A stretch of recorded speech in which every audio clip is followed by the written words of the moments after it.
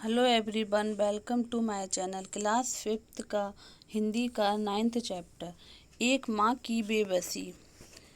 इस कविता में जो कवि हैं राजेश जोशी, वो इसमें बताते हैं कि इस कविता को पढ़ते समय आँखों के सामने कई चित्र बनते हैं।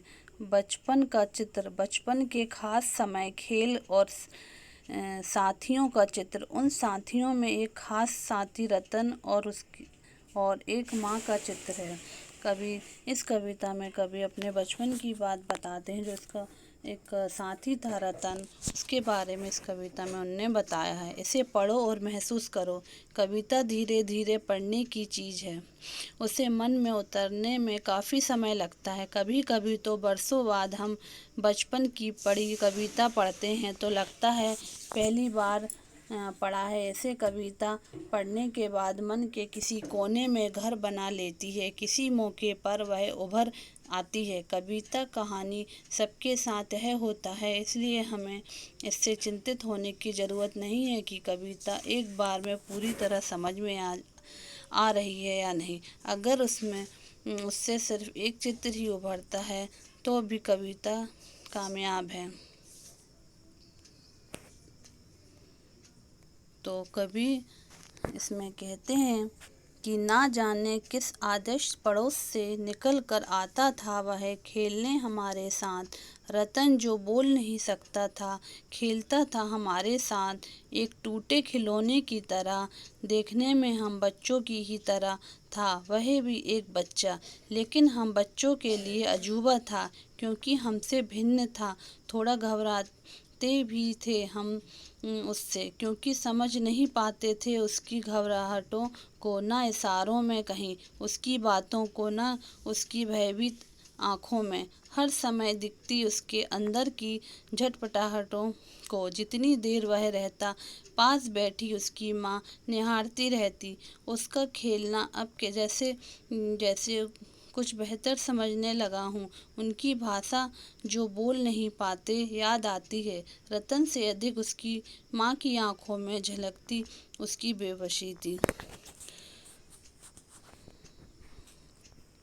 तो इसमें जो राजेश जोशी द्वारा रचित इस कविता में रतन नाम के एक अपंग बच्चा रहता है। उसकी बच्चे की दशा और उसकी माँ की बेबसी का इसमें वर्णन किया गया है।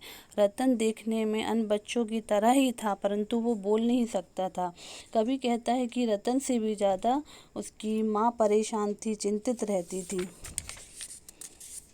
तो आदर्श का जो है वो आदर्श का मतलब होता है जो दिखाई ना दे। अजूबा का मतलब होता है विचित्र, और भिन्न का मतलब होता है अलग। तो रतन नाम का एक बच्चा है जो बोल नहीं पाता है। वह रोज़ हम बच्चों के साथ खेलने आता है। हमारे साथ खेलते समय एक टूटे खिलौने की तरह लगता है, क्योंकि रतन बिल्कुल हमारे जैसा एक बच्चा है, लेकिन वो बोलने में असमर्थ है। शायद इसलिए हमारे लिए वो अजूबा है। अब इसमें इशारों का मतलब होता है संकेतों, और भयभीत का मतलब होता है डरा हुआ, और झटपटाहटों का मतलब बेचैनी। तो इसमें रतन नाम का एक बच्चा है जो इसमें थोड़ा घबराता है, क्योंकि ना तो वह उसकी घबराहटों को हम समझ पाते थे और ना ही उसके इशारों को समझ पाते थे। वह इशारों में बहुत सारी बातें कह जाता था, लेकिन हम लोग उसे बिल्कुल भी समझ नहीं पाते थे, क्योंकि हम खुद छोटे बच्चे थे उस टाइम। उसकी आँखों में हमेशा एक भय समाया रहता था, हम उसे भी नहीं समझ पाते थे। इसमें निहारती रहती मतलब देखती रहती, बेहतर मतलब और अच्छा, झलकती मतलब दिखती, बेवशी मतलब लाचारी। तो इस में कवि कहते हैं कि जब तक हमारे साथ खेलता तो उसकी माँ उसके पास बैठी रहती थी। उसकी नज़र हमेशा खेलते हुए रतन पर होती थी, मतलब अपने बच्चे पे होती थी। जब उसका बच्चा बाहर खेलने आता था, उसकी माँ उसको देखती रहती थी।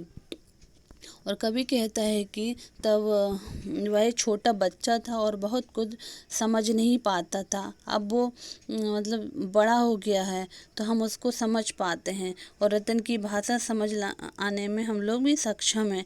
यही मतलब बात याद आती है कि मतलब उसकी माँ कितनी बेबस थी, उसकी आंखों से अपने गूंगे बच्चे को निहारती रहती थी। कवि कहता है कि रतन से भी ज़्यादा उसकी माँ चिंतित रहती थी अपने बच्चे के लिए, क्योंकि वो गूंगा था, बोल नहीं सकता था। तो उस समय तो लेखक छोटा था, कभी छोटा था, तो उस समय तो वो समझ नहीं पाते थे, लेकिन बाद में वो याद करते हैं कि रतन एक गूंगा बच्चा है और उससे ज़्यादा उसकी माँ को पीड़ा होती है।